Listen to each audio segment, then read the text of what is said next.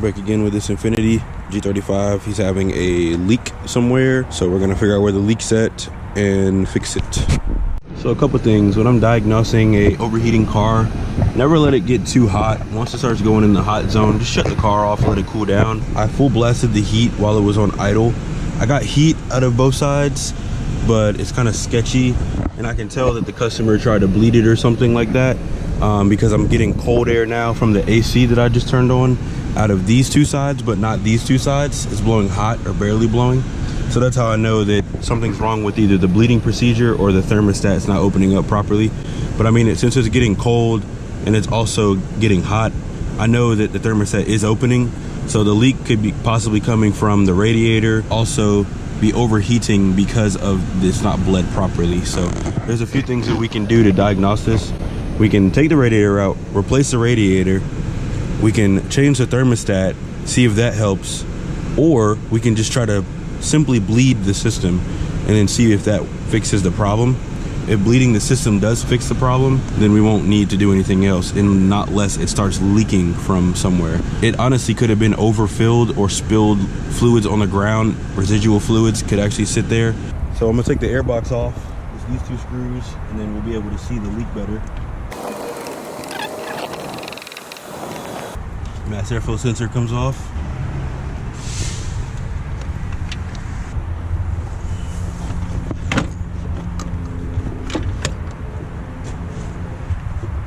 Yep, it's burning on that thing. So the coolant hose that's leaking is down there. So this bolt comes out of there, and then there's a flathead up here that gets this intake boot off. You don't have to fully untighten it, you can just loosen it up. This thing slides off. There's a clamp here that comes off. You can do it with your hands, or if you need pliers, whatever. Got some vice grips, which are not the best for this application, but they will work. Let me kind of tight. Airbox slides up. This is our issue. So this is where all his fluids are spilling out.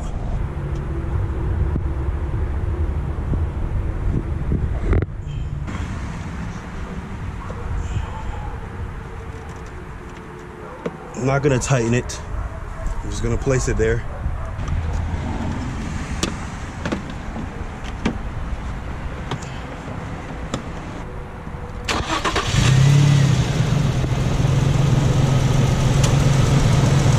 So we found the issue. That cord right there that was hooked up to the valve cover was not even on. So we just plugged this piece right there in the cut back on, and it stopped leaking. So now we have to bleed the system, and I think that'll fix our problem for today. Apparatus here, this hooks up to the radiator. No, we got this apparatus here. We hooked this up to the, where's that? So this is the cooling apparatus that you hook up to this reservoir right here. And what it does is you put the fluids in there, they'll rise up, and the coolant always goes to the highest point. That's where the air comes out. So the highest point would be here. So the air bubbles would come out of the engine here because it's the highest point. And this is where you would bleed it. You see it comes with these little spacers here with a rubber grommet that keeps the pressure in. So you put that on there, and then you get the one that looks like the cap here. So it's got the two little nipples there. So these where those go. You slide it on. And then you twist it just like the regular radiator cap. It locks into place. And then you just put your apparatus on top. And now we go get some coolant for this thing. Decent amount. And then we're gonna take the plunger out, and it's gonna go straight to the system. There we go. See all those bubbles? That means the system had air in it, which means it wasn't primed properly, which could cause it to overheat. So now we're gonna crank the engine and watch all the bubbles go out. It should stay on for about 20 minutes. So as you can see, I got the RPMs right at about 2,000 to 2,500 RPMs, and you can just like fluctuate it. And if you notice, once you do that, once you rev it up, that also helps lift your tick, and it also makes the coolant work a little bit faster too, and gets the engine hot. So I'm just gonna let it go and just let it do its thing for a little while, and we should be good. Look at all the bubbles coming out. See all those bubbles? That means there was air trapped in the system, which means the coolant wasn't allowed to flow properly. So the problem was that was missing, and we have air here, and I see it starting to smoke again. So we'll check to see if it's leaking or not. Okay, nope, we're good. So it's just burning off all that old coolant, so the engine is starting to get hot. So we'll let that bubble up for a little longer.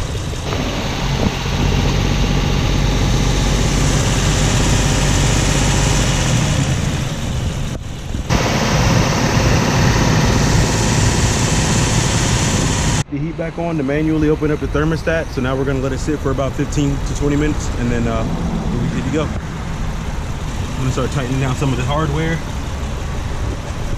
So start by putting the air box back on, so we don't have no mass airflow sensor leaks.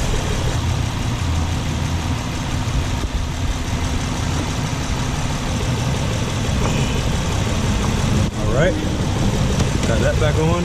We'll just use our 10mm socket with the extension. Thing should pop back into place too. If you look in the middle there, there's a hole, and then that hole goes inside of the hole. It's pretty self-explanatory. There we go. Then there's a screw that goes in there, but we don't have it.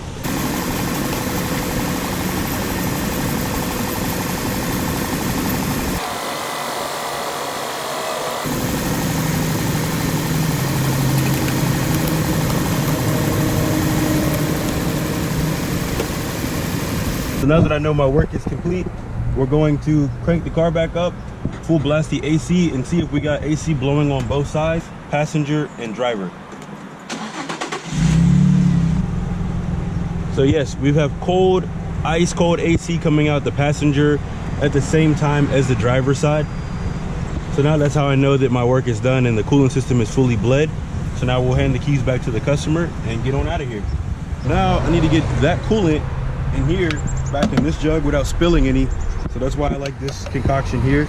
So we would just take this plunger, plunge it up, and voila.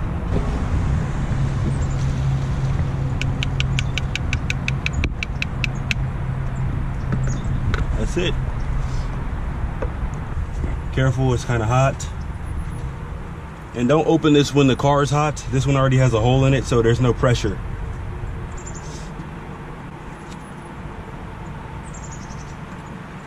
And yes, you want to leave it a little bit full. It'll go down on its own in the overflow tank, which is here. Make sure that's on snug and tight. And then we're going to clean off our areas to make sure that we don't have any more leaks.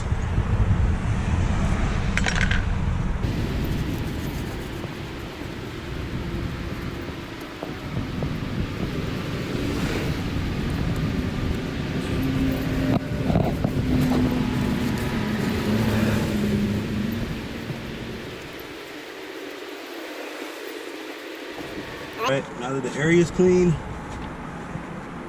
we know we're good. Start backing up.